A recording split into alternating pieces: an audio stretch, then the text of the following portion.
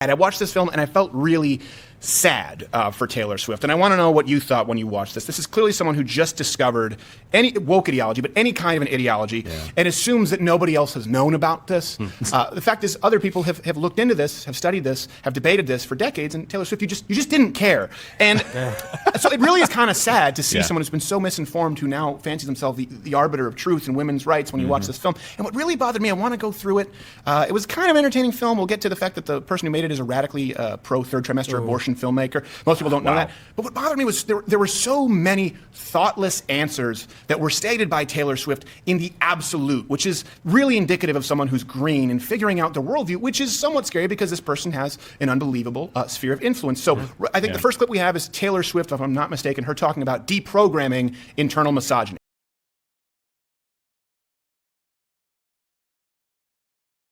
Shit out of nowhere. That's how I just heard want it to for the thank first you for time that. too. That's really cool. Like, I don't know if you know the power you have, but even something that simple, like that is especially so at that point of where that sweet. record was in my career, like it was an extra little push I needed, and I appreciate that. I listen to it all the time. It's such I listened to it on the way here. I was like, ah. It's funny because my ex-boyfriend actually put me onto your music, and I had to like do a whole thing where I had to listen again and not associate your music with him. I was like, you can't ruin Jelly Roll for us. Wait, which ex was it? He lives in Vegas. Okay. And I dated him like a year ago. You guys live in Vegas too. Yeah, we have a house out in Vegas. But you said your house flooded? Yeah. Oh, sorry. We're at touchy the subject. Grammys. We're at the fucking Grammys. And I get this phone call from one of our security that goes and checks our houses out there. And fucking he's like, Bunny, something really bad's happening right now. And I'm like, what the fuck's going on? And I'm literally like in here in makeup, getting ready for the Grammys. And he's like, the house is sweating. And I'm like, I'm thinking like, okay, maybe like a room. Second story down to the fucking kitchen, downstairs, the entire kitchen, pan.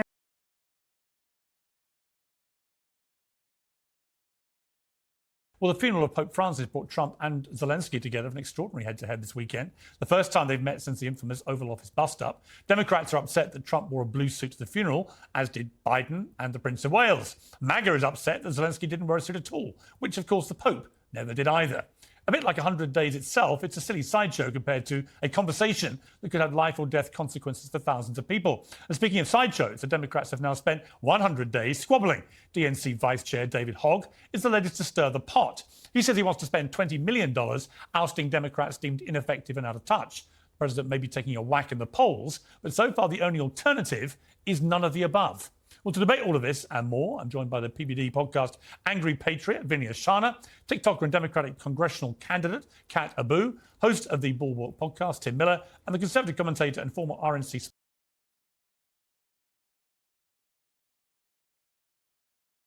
People don't understand about breakups is it's not just you lose somebody.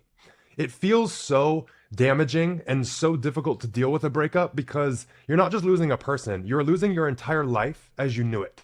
And when you're going through a period where you're experiencing the loss of someone, it's going to be very easy for your brain to just look around your life and see loss everywhere. You're going to see all the damage, you're going to see all the things you don't have and all the things that you feel have just been taken from you, especially a regulated emotional state. Because now every day is a challenge. I get it. But when you're in this period of seeing nothing but loss, it's very important to see what you gain. And it's not going to feel like you've gained jack shit for a while. But something you gain when you break up with someone or you lose someone is your focus.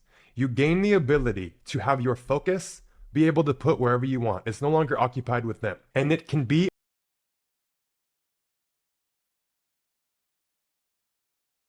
I fought the head to witness it. Got my people feeling militant. Way I'm finna get me up.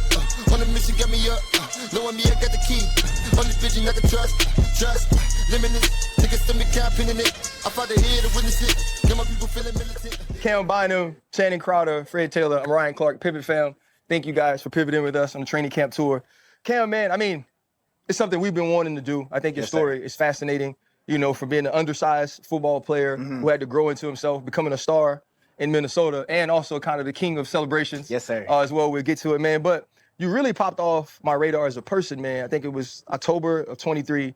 After the game, you told the story about trying to get your wife here to the States. You know, you guys got married in the Philippines, and you met in the Philippines. You were working on doing that. Why did you feel the need to tell the world to ask for help in getting your wife?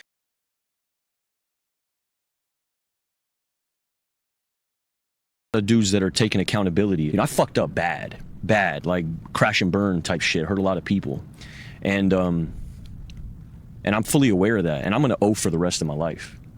for the rest of my life.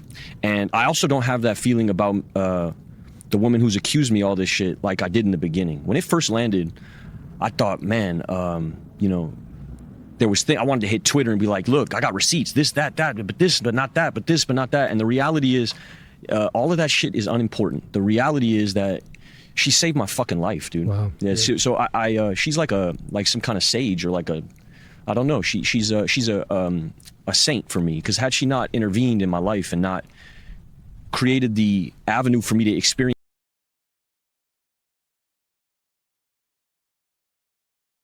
Come on, Liz, think you don't about know how TV works if that's the case. Where she came from. She's a fucking Kardashian, okay? She's a giant Kardashian. That's right. That's what she is. Now, notice I'm saying she. You're saying she. I would say very politically correct. Yeah, I'm not.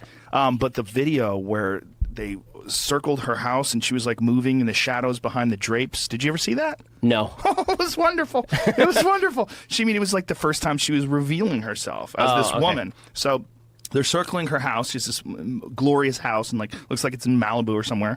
Where they're circling the house, and it's in the hills with a helicopter, like filming. This is like fucking high production value shit. Yeah. This isn't just like, hey, we met with Caitlyn at home. Caitlyn, tell us your troubles. Like Kristen Beck, the former Navy SEAL. Right. Who just sits down very reasonably and says, "This just feels better for me. This is who I am." Right. No. There was like curtains and shadows, and it was mysterious, and then she starts talking like, "We're."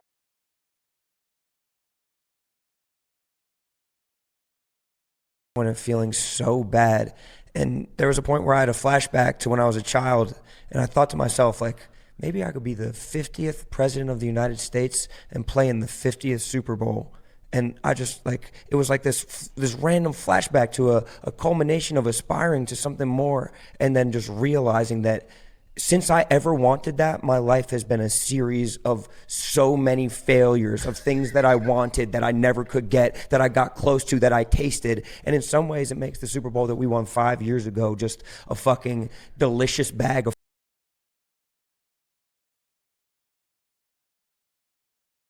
get that dude Travis Hunter involved, man. Just send him deep and throw it up. Why are we overcomplicating this? Hats off to the Jags. They finished the game. They finished the game, but we didn't, man. And they played a cleaner game towards the end of the game than we did. And their special teams, their offense and defense outperformed us, man. And we're moving on. We got the fucking Lions coming in. I don't even think I need to really talk anymore about the Jags loss. Everybody saw firsthand all the debauchery that fucking happened that game, and we just got to be, we got to be better, man. Yeah, we got to.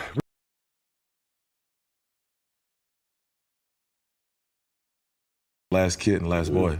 She nicknamed me Shaka because she was shocked that my dad was having a baby at the age of 16, and he was so young. My mom was 16 as well. So all my aunts, my dad's sisters, his older cousins, they all played a big part in my life by making sure I had everything I needed. Never had to want for anything. We didn't have much, but what we had, we worked hard for it. And that's what I always, fall back on whenever it's hard times, because I see my aunts, my mom, my dad, my grandmother do it for so long. And, usually a small town. So, if I needed a ride anywhere, it was somebody right there at, at each corner. So, yeah, man, my family just played a big part of, my success and, me playing sports and fall in love with football and all the success I had to be focused on that and not to worry about nothing else. Your daddy was wide open. Yeah. Said he got locked up.